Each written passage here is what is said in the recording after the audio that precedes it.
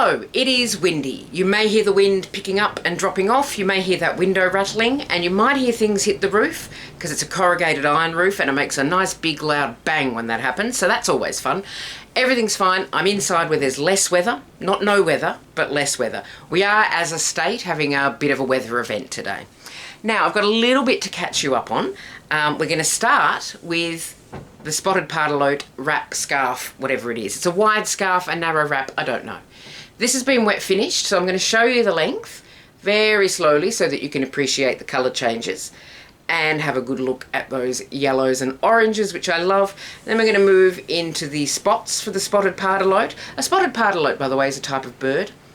Now this yarn is by Changeling Coloured Yarns. I'll put a link in the description to Melissa's website so that you can have a look at the magic she does with yarn dyeing. But I'm really happy with that. That is, I'm going to say ready to go in the sense that it is not going anywhere. I'm keeping it. But it is finished. I'm happy with the drape, really happy with the colours. I'm pleased with it. I don't mean to sound up myself because it is just a plain weave. All of the magic in that is in the yarn, the colours in the yarn. Now, on the little loom, I've got something on the little loom that should have been off the little loom about a week ago. Everything's a little slow at the moment, just the way that life goes sometimes. And I've got 2 shuttles and a pickup stick, so this might go horribly wrong, but let's see how I get on. So I'm just going to get that arm under there. Oh, look at that, smooth and professional. So this is what's on the little loom, and it is fresh on the little loom. There's the hem stitching there, but as I said, I put this on last week. I just haven't worked on it. And it's got that coloured yarn in there for a bit of visual interest. Now this is another supplemental weft. If I pull all this out, which I'm not going to do, but if I did, none of the weaving would fall apart because this coloured yarn here is not part of that weave structure. It's just there to be pretty. So this purple yarn is, that's a really great question. I'm glad you asked it. Bendigo Woolen Mills, there we go, rustic tweed in one of the colours, presumably purple. I can't remember, I can't find the label. And this coloured yarn here is Modavira Arcobaleno, which is definitely discontinued. This came out of my aunt's stash. I had 2 balls of it, and they're supposed to be the same dye lot, and they are very different colours. So I'm just using 1 ball here. I've got a whole ball. I'm using the big shuttle.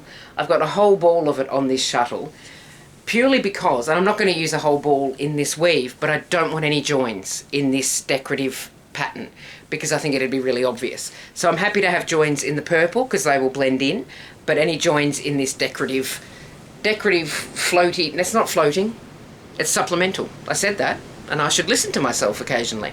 But yeah, any joins in there would be really obvious, and I didn't want that.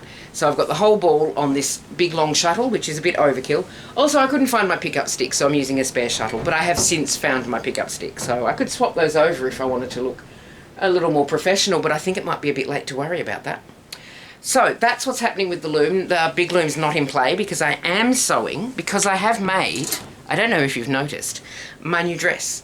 So I finally made a dress out of that curtain that I've been talking about making a dress out of for maybe a year, maybe longer. This is the Piper Tunic by Wardrobe by Me. I've got some long shots that I took just now in the wind, so I don't know how windswept and interesting I look in these shots, but this is how it looks full length.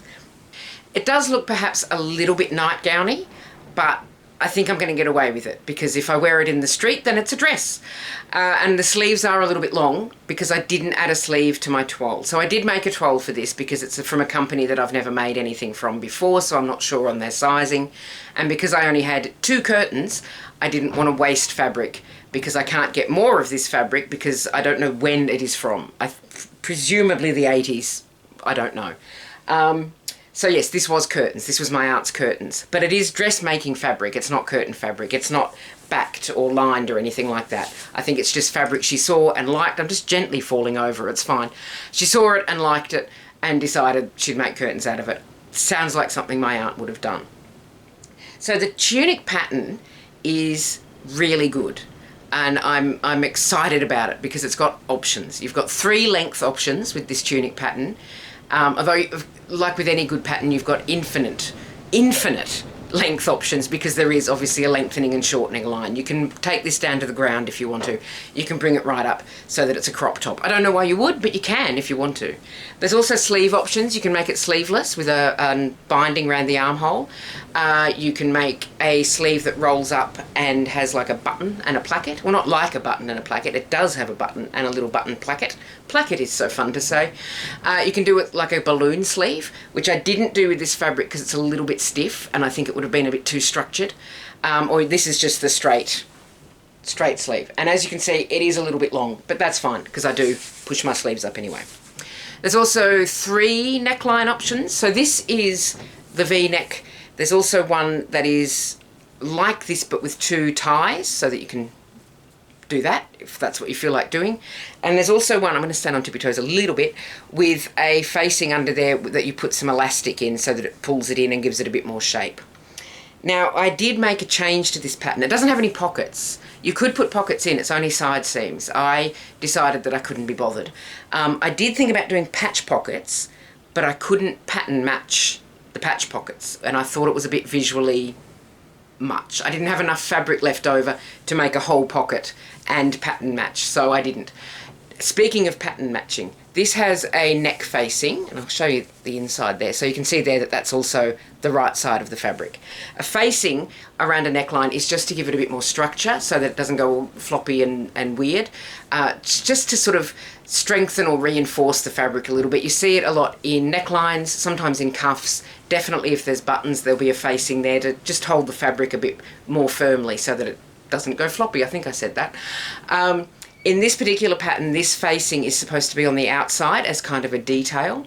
I didn't like that with this patterned fabric.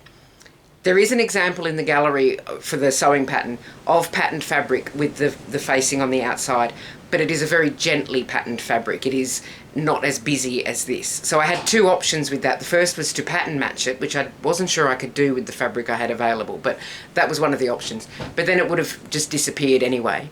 The other option was to not pattern match it and have it like off kilter, or even reverse and use the wrong side of the fabric, and I thought that might be a bit visually much on a busy fabric. This is a busy fabric, so I put that on the inside. I am making another one of these. I'm going to make the thigh length one. There's a shirt length, a thigh length, and then this longer one. I'm going to make the top, the longer top, out of my Very Good B fabric that I've been holding on to since 2021 when I ordered it during lockdown, and then spent maybe, well, all of this time finding a pattern that I would like to use my Very Good B fabric on. So I'm going to use my Very Good B fabric and make a tunic top. I don't know that I have enough Very Good B fabric to make the full length thing, but it'll be nice as a top. I've got skirts, I've got trousers, my legs will not be ignored. Anyway, moving on. Sometimes I just, yeah, anyway. So the other thing I've been doing is, while I've got the sewing machine out and the table clear, sort of, I've been sewing some Morsbags because I've been a bit behind on getting those sewn. So I've got 3 samples here of Morsbags that I've sewn this week, and they are spectacular. So I just wanted to especially show them. Look at this. How good is that? That's fabric from the op shop. Actually, all of these are fabric from the op shop. So there's that really good blue one, and I've got this really good green one. Oh, I'm holding that up so well. This one's got long handles, oops, because I had the fabric to do it. So that's a really cool fabric, I think. I think that's cool. And I'm 47, so I know what's cool. I've got a little bit of this left over. I'm going to make a couple of little frogs, possibly by next week. I was going to do it yesterday, just, you know, as I said earlier, everything's taking a long time and I didn't get round to it. And last but not least on the Morsbags, oh, I've trimmed that well. Check out that one. Is that not fantastic? I don't currently have an outlet for these. I might just do what I do sometimes when I've got like a big stock of them and hang a little tag on them that says free, and then put a load of them out in the park for people to take. Today's not a good day to do that because of the windy situation, but it can't be windy forever, surely. So anyway, that's my problem. Handing all of these out is my problem, not your problem, but I did just want to show off. I particularly love this one. I mean, look at this. Look at that. That's worked so well. I'm so pleased with that. I love making Morsbags. They're quick and they're satisfying, and you get to reuse fabric. And what's not to love? And then you give them away to people, and people get excited because they get a freebie. What is not to love? I'll put a link in the description to Morsbags because it's been a while since I've spoken about them. And you might be thinking, what are they? I can tell you quite quickly. They are handmade shopping bags, reusable shopping bags from reclaimed and recycled fabric, given away for free. Now last but not least, I talked about that, I talked about that, I talked about this, I talked about that. Great, cross stitch. Is it finished? No. Should it be? Yes. That's all I have to say about that. I've only got the back stitch to do. I forgot to take a photograph of it last time, but I can show you what it was looking like before I started the back stitch. I nearly said back fish, which is, I don't think it is even a thing, let alone a whole other thing. So this is what it looked like before I started the back stitch. And here is how it is looking now. It is very nearly done. But as I said, things are taking a long time.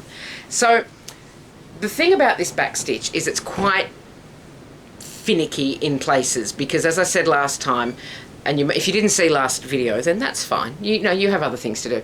So you can see there that Ada fabric is woven into blocks to put the crosses in. Quite a lot of these stitches for the back stitch don't go into the corners of those crosses. You're sort of halfway along the block or halfway up the block, whatever, in the middle. So there's a lot of sort of peering at the chart and figuring out where you are. And then you've got, if you're doing the back stitch around these dark areas, really hard to see. It does make a difference to put it there. So it does, like, I did need to do it because otherwise it'd be a little bit too blocky, but really hard to see. So I've been sort of leaning towards the easier to see bits like these feathers and this leaf, it needs doing and all the rest of it. I am very nearly done. I think, actually now I look at it, I'm not. Maybe for next week I'll be able to say, look, I've got to finish. But it is plodding along. At the end of the day, when I sit down to do this, I'm sometimes a little tired and I will do like just that bit and go, that's good, I'm going to bed now. So we'll see how I get on for next week. Maybe, maybe not. And that is all I have for you this week. Thank you so much for watching. Thank you for bearing with me, as I think I said some pretty phenomenal nonsense this week, so I'm doing well. You take care of yourself, have a lovely rest of your week, and I will see you next time. Bye for now.